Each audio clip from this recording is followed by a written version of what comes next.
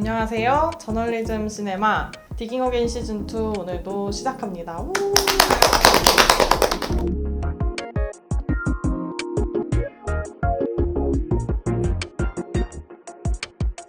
오늘은 저희끼리 이제 여름이니까 공포 영화를 적극적으로 한번 다뤄보자 의견이 모아져서 두 공포 영화 근데 시차가 엄청 나는 작품 두 개를 가져와 봤습니다. 오늘 다룰 작품은 어떤 건지 하나씩 소개해 주시겠어요? 유재석 감독의 데뷔작인 잠은 수진의 남편 현수가 몽유병을 겪으면서 일어나는 이야기를 담은 영화인데요. 이 영화는 2023년에 칸 영화제 독립부문 공식 초청작이기도 했습니다. 네, 제목이 잠이죠. 네. 네네. 여고괴담은 한국의 대표 공포 영화라고도 할 수 있는 여고괴담 시리즈의 첫 번째 작품인데요. 1998년에 개봉한 박기영 감독의 작품으로 하늘 품고 죽은 학생의 원혼이 10년 동안 그 학교에 떠돌고 있다는 내용의 공포 영화입니다. 네, 두 분 다 공포 영화인데 어떻게 보셨어요? 뭐 혼자 봤다, 아니면 여러 명 끌고 와서 봤다, 아니면 제가 말했던 그 화면 작게 해놓고 보는 방법으로 봤다. 어떻게 보셨어요? 저는 일단 공포 영화를 못 보는 입장에서 일단 잠은 영화관에서 그때 봤었거든요. 작년에 개봉했을 때 영화관에서 그때 봤었고, 그래서 그때 엄청 무서워, 혼자 되게 심장 이렇게 쫄깃쫄깃해가면서 봤었는데 이제는 아니까 어느 정도 그 네. 어느 부분에서 약간 좀 무섭구나 이런 걸 아니까 이번에는 괜찮았고, 요곡괴담은 진짜 도저히 밤에 못 보겠네요. 원래 이렇게 하루 일과 끝나고 이럴 밤에 이렇게 저녁에 봐야 되는데 자기 전에 못 보겠는 거예요. 이거 보면 진짜 잠이 안 올 것 같아서. 그래서 불도 다 켜놓고 보다가 못 봤어. 멈추고 네. 아침에 낮에 화날 때 보고, 그것도 약간 화면 좀 작게 해서 소리도 좀 작게 하고, 소리가 너무 무섭더라고, 사운드가. 그쵸.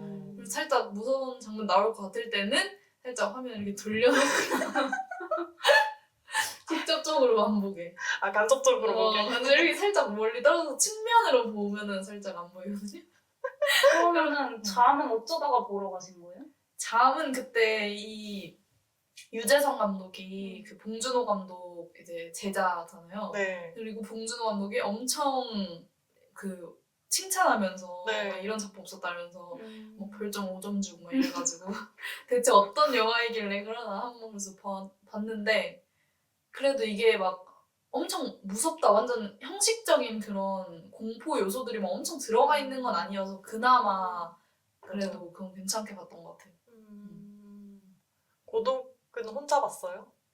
어쩌다 보니까 그 동기랑 같이 봤는데 처음에는 이게 보는 걸 좀 계속 미루다가 밤에 혼자 보려고 했는데 그래도 약간 보기 전에 무섭더라고요. 뭔가 오, 특이하다 이것도. 공포 영화 매니아도 무서워하는구나. 이 영화보다 내 상상이 무서웠어. 어. 이거 보면 조금 혼자 사니까 그렇지 않을까 하는.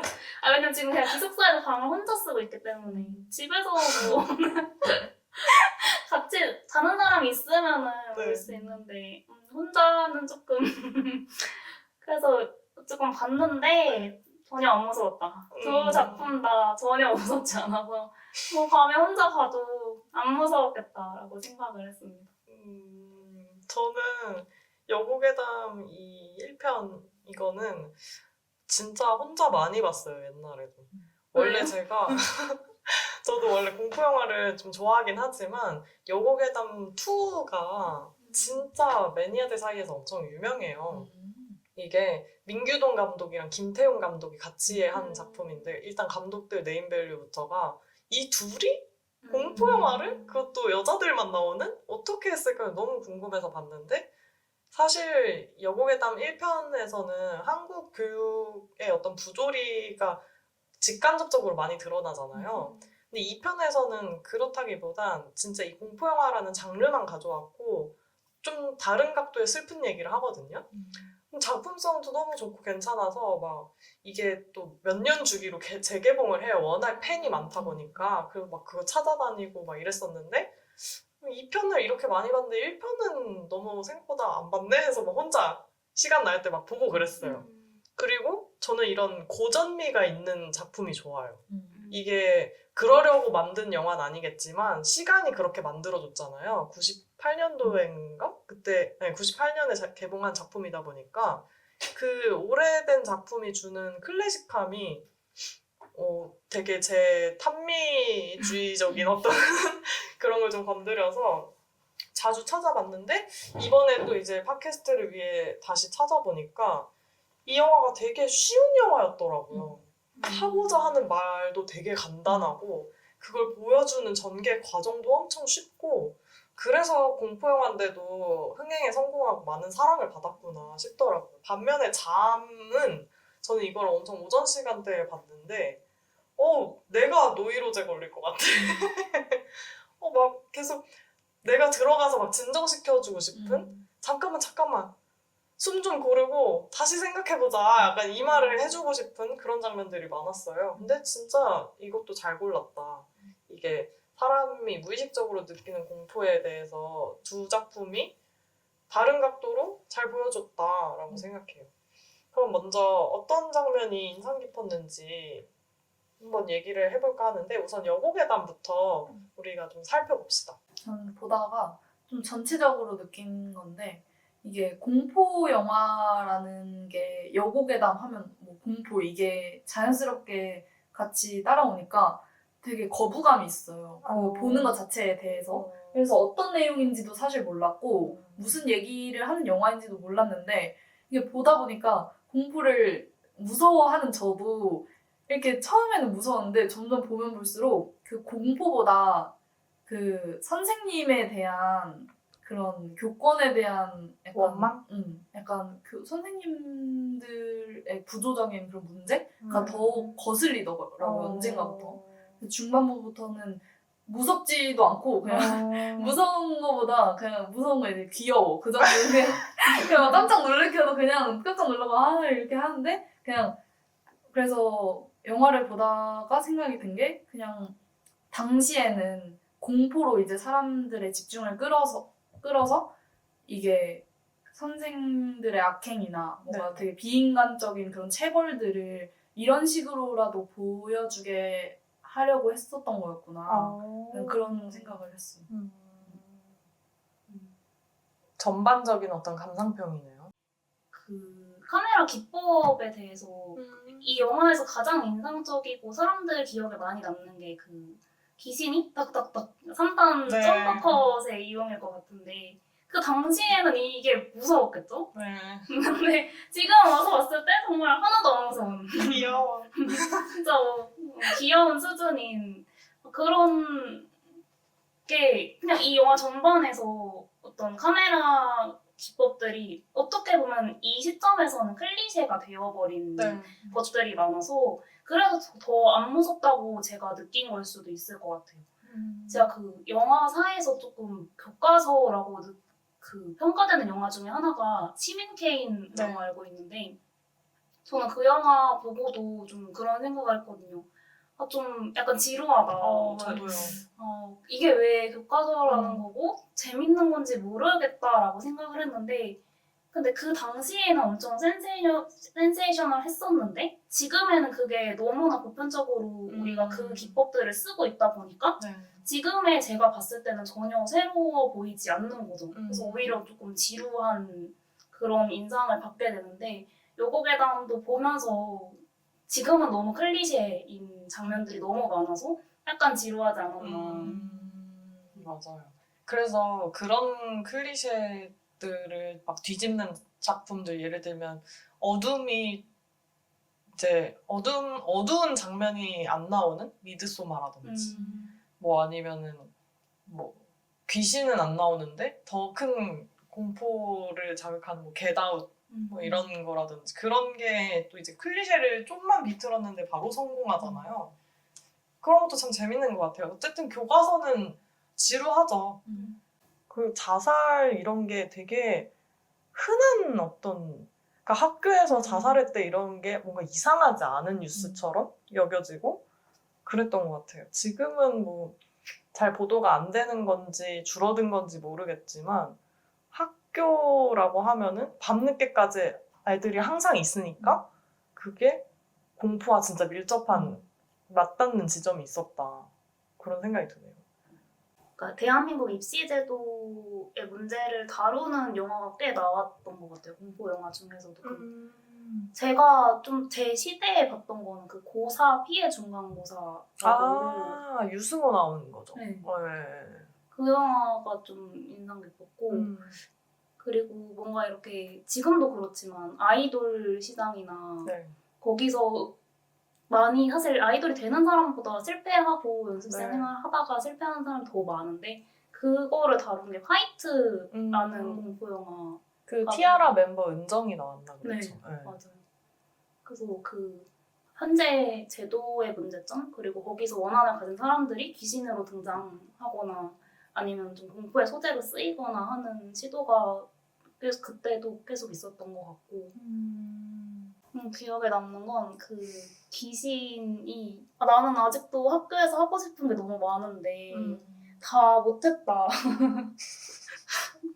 유주가 너무 슬픈 표정을 지어서 그래서 그 학교를 계속 다니는 거예요 얘는. 그래서 그 졸업 앨범 3년마다 찍는데 그 3년마다 그 졸업 앨범에 그 똑같은 애가 이름만 바꿔서 등장을 하는데 얘는 아직도 그 학교에서 죽어버려서 너무 학교에서 친구도 사귀어야 되고 뭐 하고 싶은 것도 많은데 아무도 얘한테 뭐 손을 내밀어주거나 진정한 친구가 돼주거나 하지 않았기 때문에 뭐 계속 다니는 거라고 할 수 있는데 그게 조금 슬펐고 보통 학교는 탈출하는 공간으로 생각하기도 하고 사실 그렇죠. 왜냐면 이 영화 전반에서 보여줬던 게 되게 그 유주님이 아까 말씀하신 것처럼 끔찍하잖아요. 선생님이 뭐 애들 체벌도 정말 쉽게 하고 네. 뭐 이렇게 막대기로 애를 이렇게 찌르는데 일부러 막 가슴 쪽을 찔러요. 네. 그러거나 아니면 좀 말 잘 듣는 애들한테는 진짜 약간 성추행처럼 네. 귀나 목 쪽을 막 만지기도 하고 정말 공부를 잘하든 못하든 이 학교는 좀 끔찍한 공간이라고 앞쪽에서 계속 표현이 됐는데 이 애는 그럼에도 학교에서 하고 싶은 게 너무 많았던 거죠.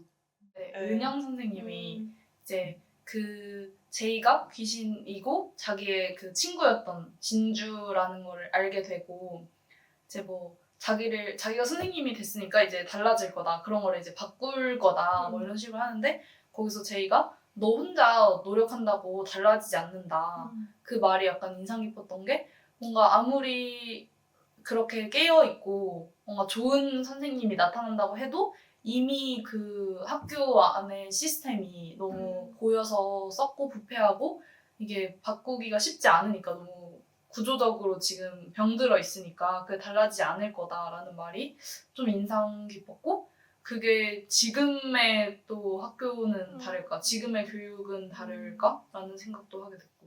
네, 알포인트라고 이제 베트남에 우리나라 군인들이 가서 벌어지는 이야기인데 엄청 이거는 진짜 무서워요.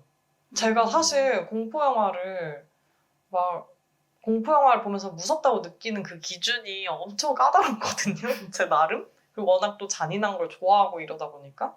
근데 이거는 저는 심지어 군대를 경험한 사람도 아닌데 진짜 너무 무서워요.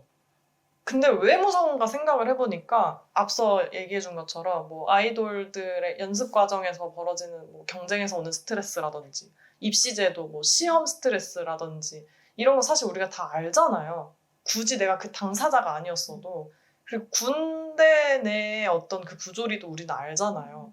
그 계급에서 오는 어떤 위압감이라든지 아니면 이 전쟁 중인 상황에서 오는 생존에 대한 어떤 위협이라든지 그거를 굉장히 잘 건드려 놓은 어떤 엄청 수작이거든요, 알포인트가.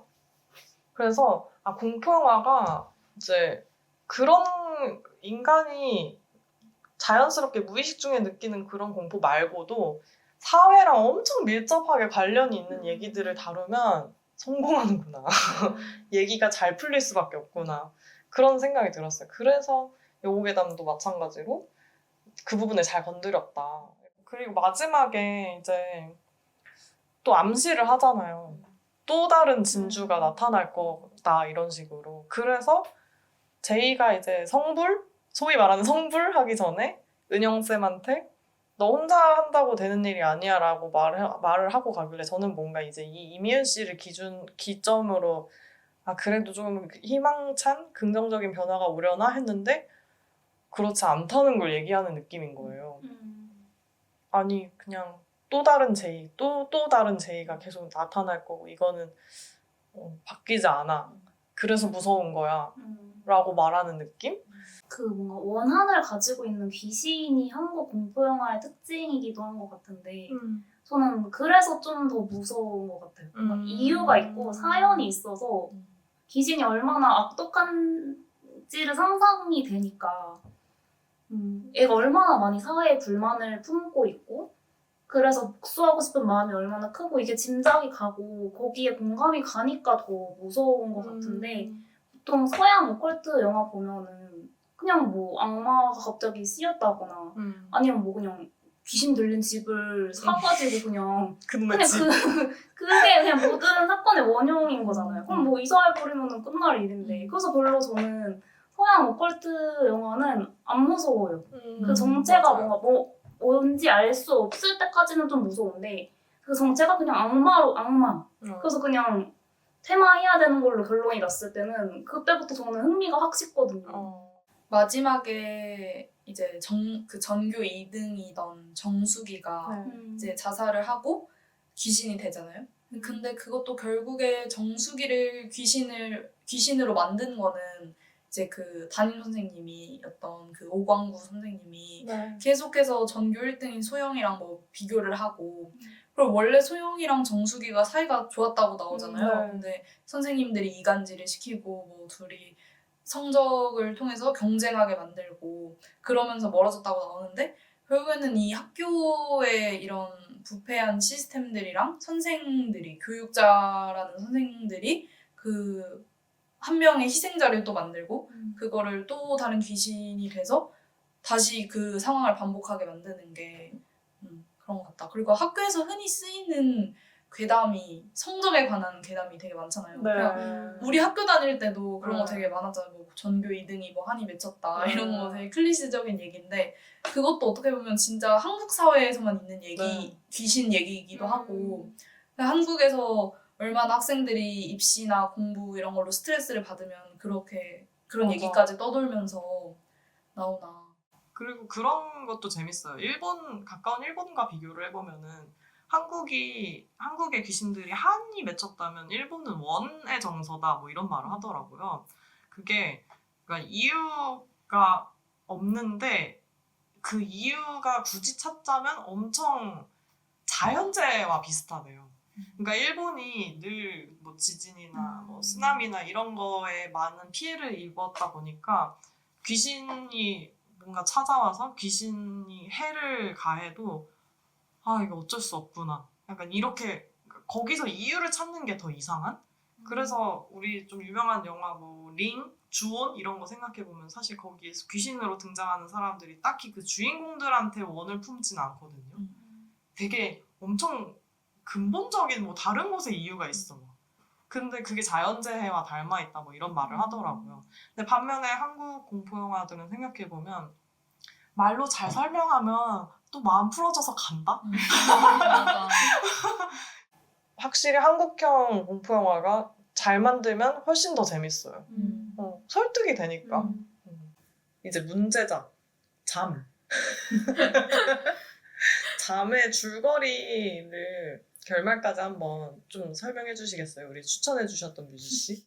그 극 중에서 이제 현수는 배우고 이제 수지는 무슨 마케팅부 사원으로 나오는데 그래서 처음에 잠을 자고 있는데 이제 남편이 자다가 일어나서 누가 들어왔어 이렇게 말을 하거든요.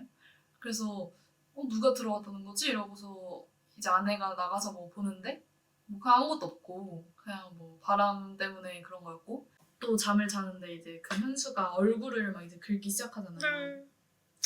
근데 그렇게 하다가 그렇게 영화적으로 아무것도 보여주지 않고 그냥 얼굴을 긁다가 다음 날이 됐는데 이제 피투성이가 된 거고 그래서 거기서 이제 좀 수진이 심각성을 깨닫고서 이제 병원에 가는데 흔한 일이다. 흔히 몽유병이라고 불리는 수면 장애이고 그런 사람들이 많다. 뭐 이렇게 나오는데 이제 이게 이 영화에서 지금 1장, 2장, 3장 이렇게 나눠져 있거든요. 그래서 그런 식으로 해서 계속 고치려고 둘이 시도를 엄청 많이 해요. 그럼에도 이제 중간에 강아지 키우던 반려견까지 후추까지 잡아먹는 일이 일어나고 그런 일이 일어나면서 점점 아내가 좀 미치게 되는 거죠. 네. 처음에는 이제 남편인 현수가 문제가 있다라고 보이는데 점점 후반부로 갈수록 이제 그 포커싱이 아내한테 맞춰지거든요. 그래서 결국에는 아내도 정신병원에 가게 되고 이제 현수는 또 떨어져서 그 수면 클리닉을 받게 되고 그렇게 몇 달이 지나고 다시 이제 둘이 만났는데 집에 이제 온통 부적으로 붙어져 있고 근데 진짜로 그 현수가 귀신에 씌였던 거라고 생각하세요? 약간 까마귀 날자 배 떨어진다 이런 느낌으로 이제 어쩌다 한번 넣어놨던 그 침대에 넣어놨던 부적에 그 부적을 넣어놨던 날 현수가 잠잠했었으니까 이 와이프의 믿음이 증폭되면서 역시 제일 효능 있는 건 부적이었어. 이 수면 클리닉 그 의사 돌팔이야 막 이러면서 그때부터 본격적으로 이제 미쳐가는 거고 모든 상황을 다 현수가 그 할아버지한테 귀신 씌었다로 다 귀결시키는 그리고 그 영화도 딱히 그거에 대해 친절하게 설명해주지 않고 뭔가 그런 것처럼 상황을 만들어 가잖아요. 하고 마지막에 이제 그 수진이 엄청 애원을 해서 결국에 이 현수가 할아버지의 빙의에 대해서 나 이제 가겠다라고 하는데 그 영혼이 빠져나가는 게 수진의 눈동자로만 보여지거든요. 그 화면을 전체적으로 장면을 보여주지 않고 수진의 눈동자에 비친 모습으로 보여주는데 이미 그때 수진이 지금 전에서 눈 빨갛게 막 충혈되고 정신이 이상한 거를 많이 알려줬잖아요. 그러니까 그냥 수진한테만 보이는 그런 환영이 아니었을까라고 생각을 해요. 그 온전히 사람의 일이라고는 생각이 되지 않는 게 그 얼굴을 막 긁어서 피가 나잖아요. 근데 그 피가 자기 손에만 있는 게 아니라 거의 집안 곳곳에 다 있고 그 강아지가 숨어 있는 곳이 있었는데 거기도 완전 다 피가 낭자하게 있었단 말이죠. 사실 거기까지 피가 침투해서 들어가기가 굉장히 어려운 강아지가 뭐 침대 아래에 있었나? 근데 거기가 다 안쪽이었는데 피가 엄청 많고 그게 사실 말로는 잘 설명이 안 되는 일이긴 하니까 이게 좀 확실히 기이한 일이긴 하다. 마지막에 이제 수면 클리닉에서 그 현수한테 다 완치가 됐다라고 하고 이제 집에 보내잖아요. 근데 그 전까지 현수는 거기서만 잠을 잤단 말이에요. 그 수면 클리닉에서만. 그리고 그 외부에 밖에서 한 번도 잔 적이 없잖아요. 그러니까 그 입증을 할 수가 없는 거예요. 그 완치가 됐다라는 것도 진짜 그 수진이 말했던 것처럼 굿을 해서 그런 거일 수도 있고 그게 뭔가 밖에서 다시 자면은 또 그 집에서 자면은 다시 그 귀신이 붙을 수도 있는 거니까 또 그 점을 생각해보면은 수진의 말도 일리가 있지 않나. 이게 진짜 헷갈리게 여러 장치를 해놨구나. 그 헷갈리게 하려는 게 감독의 의도인 걸 알면서도 약간은 그 답답한 부분이 있어요. 일단 저는 헷갈리게 하는 시도가 좋았던 게 보통의 영화는 그래서 이 현수가 귀신에 들렸고 얘를 어떻게 퇴마를 해야 돼, 없애야 돼. 그래서 그 귀신이 어떤 귀신이고 그 귀신이 그 뭐 잠들 때 어떤 행동을 하고 이런 거 좀 더 자세히 보여주고 얘를 퇴치하는 과정에 좀 집중해가지고 사건이 어떻게 전개가 되고 있나를 보여준다면 이 영화는 그래서 귀신 들렸는지 아닌지가 아니라 그 사건을 둘러싼 두 사람의 심경, 그 심리랑 그게 얼마나 교차하면서 서로를 이해하지 못하게 되고 이런 과정을 보여줘서 저는 참 좋았는데 근데 좀 답답했던 부분은 자는 과정에 문제가 있잖아요. 그래서 현수가 자기는 고시원 깨끗한 데를 구했으니까 좀 그 나가서 자고 오겠다. 근데 그 시점이 그 아기를 낳았을 때였어요. 근데 그 전에 강아지를 해쳤기 때문에 이 아기도 죽일까 봐 엄청 불안한 상태였고 그래서 나가서 자겠다고 했는데 그렇게 하면 되는데 굳이 이 집안에 가훈이 있어요. 뭐. 부부는 함께 뭐 가족은 함께 위기를 헤쳐나가야 된다고 막. 함께 위기를 헤쳐나가야 되니까 뭐 그래서 같이 자야 된다. 근데 그럼 너무 불안한 저희는 보는 우리 너무 불안하다. 문제가 생길 걸 아니까. 근데 정말 이 가훈이 정말 문제의 상황마다 등장을 하거든요. 이 부부가 문제를 해결하는 방식이 정말 그 고집스럽게 그 가훈을 하나도 안 바꿔요. 문제가 전혀 해결되고 있지 않는데 아 근데 부부는 같이 해야지 우리 같이 해야 되잖아 라고 하면서 끝까지 그렇게 하는 게 좀 약간 납득이 안 가서 답답하기도 했다. 진짜. 저는 그게 수진이 특히 그거에 집착을 한단 말이에요. 같이 해야 된다. 뭔가 함께 해야 된다. 맞아. 이거에 집착을 하는데 그 이유가 수진의 엄마가 이제 극 중에서 뭐 나는 너 아빠 없이 혼자서 널 잘 키웠다 뭐 이런 얘기 나오거든요. 그리고 그 밑에 아랫집 아주머니 있잖아요. 네. 그분도 남편이 등장하지 않아요. 혼자서 아들을 키우는 걸로 나온단 말이에요. 그래서 주변에 남편이 없는 혼자서 아이를 키우는 사람들이 많이 나와요. 그리고 이 수진도 그러면 아빠의 부재 속에서 자랐을 거 아니에요. 그 과정에서 저는 뭔가 부부가 아니고 엄마 혼자라서 자기한테 뭔가 결핍이 있었다? 뭔가 부족한 게 있었다라고 느꼈던 것 같아요, 수진이. 그래서 좀 자신의 남편과 뭐든지 함께 하려고 하고 그게 좀 강했던 것 같다고 생각을 했거든요. 그 가훈을 붙인 이유도 그래서이지 않았을까.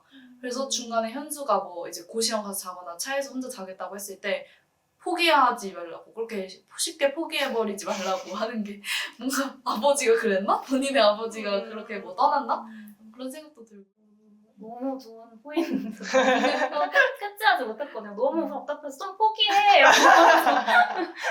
그게 문제, 그 가훈이 문제야라고 하면서 봤는데. 근데 얘기를 듣다 보니까 그 함께에 집착하는 게 어떻게 보면 정상 가족? 네. 정상성에 집착하는 걸 수도 있을 것 같아요. 근데 오히려 그 정상성에 집착하는 게 오히려 비정상을 낳게 되는 결과일 수도 있겠네요. 그리고 사실 이제 이선균이 제안한 어떤 이 근처에 가까운 깔끔한 방이 있어. 나 여기서 지낼게. 이 말도 되게 젠틀하게 해요. 또 와이프한테. 근데 이거는 포기가 아니고 와이프와 아기를 생각해서 자기라고 나가서 살고 싶겠어요? 자기 딴엔 솔루션을 제안한 거잖아요. 근데 이제 정유미는 그거를 포기라고 받아들이니까 왜 포기하냐고 막 닥달하고 이러는 걸 보면은 좀 이게 받아들이는 게 진짜 다르다.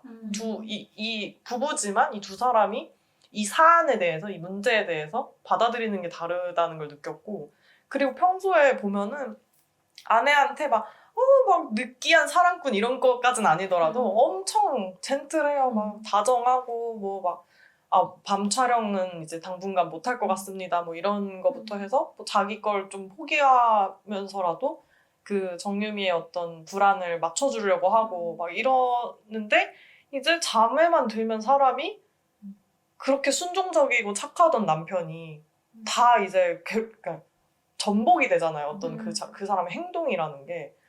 그게 또 이게 그럼 혹시 이 사람의 진짜 내면 욕구가 반영된 건가? 막 이런 상상도 해봤어요.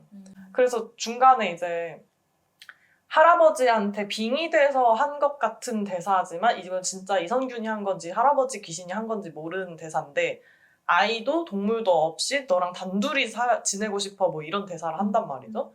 그게 진짜 그 남편 현수의 속마음일 수도 있지 않나? 뭐 그런 생각도 했었어요. 오히려 이게 그 여고괴담이랑 살짝 반대되는 것 같기도 하는 게 그 잠에서는 공포적인 장면을 대놓고 보여주는 거는 잘 없단 말이에요. 그 우리가 머릿속으로 예측을 하잖아요. 네. 쟤가 지금 무서운 짓을 하겠다. 네. 그것까지를 좀 길게 보여주는 것 같아요. 대신. 그거까지를 길게 보여서 좀 우리가 조마조마하고 약간 콩닥콩닥하게 만든 다음에 안 보여주기. 중간에 상상하는 씬이 있단 말이에요. 자고 너무 푹 자고 이러는데 너무 개운한 거야. 봤는데 아이가 없어. 그래서 막 쓰레기장, 쓰레기장 막 뛰어가. 그냥 그런 모든 장면들이 약간 우리가 진짜 충분히 상상할 수 있게 그 전에 장치들을 다 깔아놨잖아요. 충분히 현수가 그런 짓을 할 수 있는 사람인 것처럼. 그렇게 해놓고 사실은 아니지롱 하는 게 너무 약간 심장이 아파. 너무 진짜 그랬을까봐. 상상이 가능한 거라서 무서운 것 같다. 진짜 터무니없으면 사실 안 무섭잖아. 그러니까 잠이라는 소재 자체가 좀 흥미로웠는데 특히 집, 침실, 잠은 인간의 삶에서 좀 가장 평온해야 할 곳이고 평온해야 하는 그래서 쉬는 거잖아. 잠은 정말 고단했던 몸을 뉘고 쉬고 자는 건데 그게 무서워진다는 게 가장 그리고 무서워지는 존재 자체도 정말 친밀한 남편이 그렇게 변하는 거고 그래서 가장 편안하고 그래야 하는 공간에서 그리고 가장 편안해야 하는 존재가 가장 무서워질 수 있다라는 것 자체가 그 잠을 통해서 딱 소재 자체가 그런 느낌이라서 좀 그게 흥미로웠어.